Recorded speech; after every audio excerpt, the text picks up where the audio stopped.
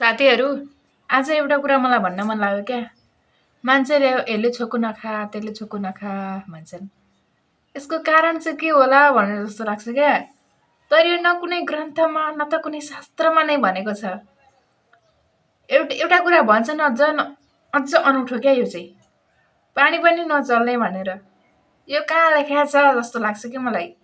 मैले पनि पढेको छु अलिअलि त, धेरै नपढे थोरै भए पनि पढेको छु। तर त्यो कहीँ पनि कुनै पनि ग्रन्थमा लेखेको छैन। यो भनेको मान्छेले आफै बनाएको एउटा नियम रहेछ।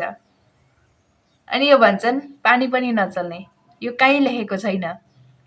अनि अर्को कुरा गर्छन् फेरि, भात चाहिँ हुँदैन, पानी चियाहरू चाहिँ हुन्छ।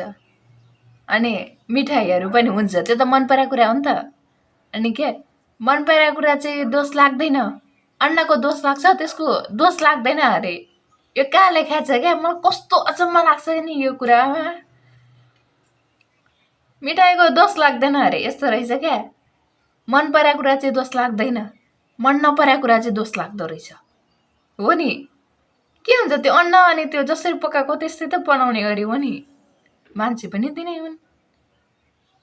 के नै फरक छ र त्यो अन्न बनाउनु अनि त्यो बनाउनुमा। यो मान्छेले विभेद गरेर यो यस्तो भएको छ नि यो देश।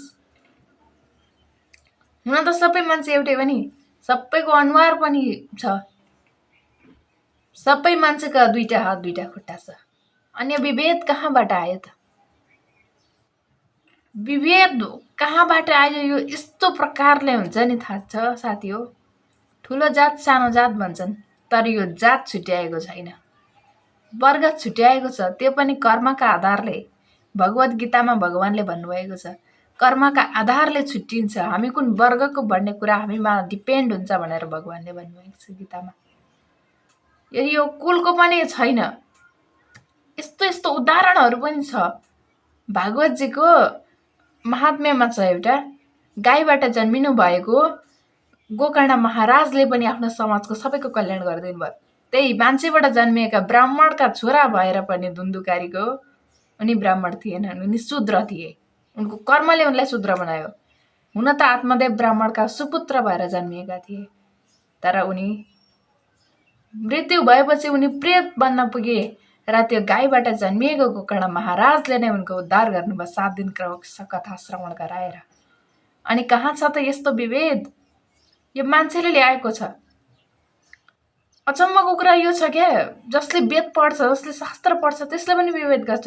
कतिपय मान्छेहरूले गर्छन्, सबैले होइन। जसले राम्ररी पढेर बुझेको छ, गहिराइमा गएर बुझेको छ, उसले गर्दैन। जसले विभेद गर्छ नि, यो कतिसम्मको यो अपराध छ नि साथीहरू। वेदमा कहीँ पनि भनेको छैन, पुरा स्पष्टसँग भनिएको छ गीतामा। गीता पढेको छु मैले, गीतामा भनिएको छ।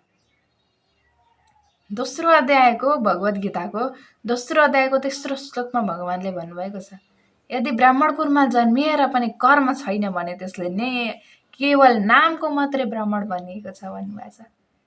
अनि यो कहाँबाट आयो त यो विभेद? यो मन परेको कुरा चाहिँ दोष लाग्ने हुँदो रहेछ कि मन नपरेको कुरा चाहिँ दोष लाग्दैन रहेछ। मन परेको कुरा चाहिँ यसको दोष लाग्दैन, के हुँदैन, अन्नको दोष लाग्छ नि, अन्नमा खाँदिन। यो कस्तो अपराध छ नि। जुन मान्छेले बोल्छ नि फेरि यो शब्द दोष लाग्छ दोष लाग्दैन भनेर, त्यसलाई चाहिँ फेरि वेदको नाम पनि भन्न आउँदैन नि। यो पनि अचम्मको कुरा छ नि साथीहरू। कस्तो खालको अचम्म छ नि साथी हो यो कुरा। अचम्म लाग्छ क्या यो सुन्दा पनि मलाई।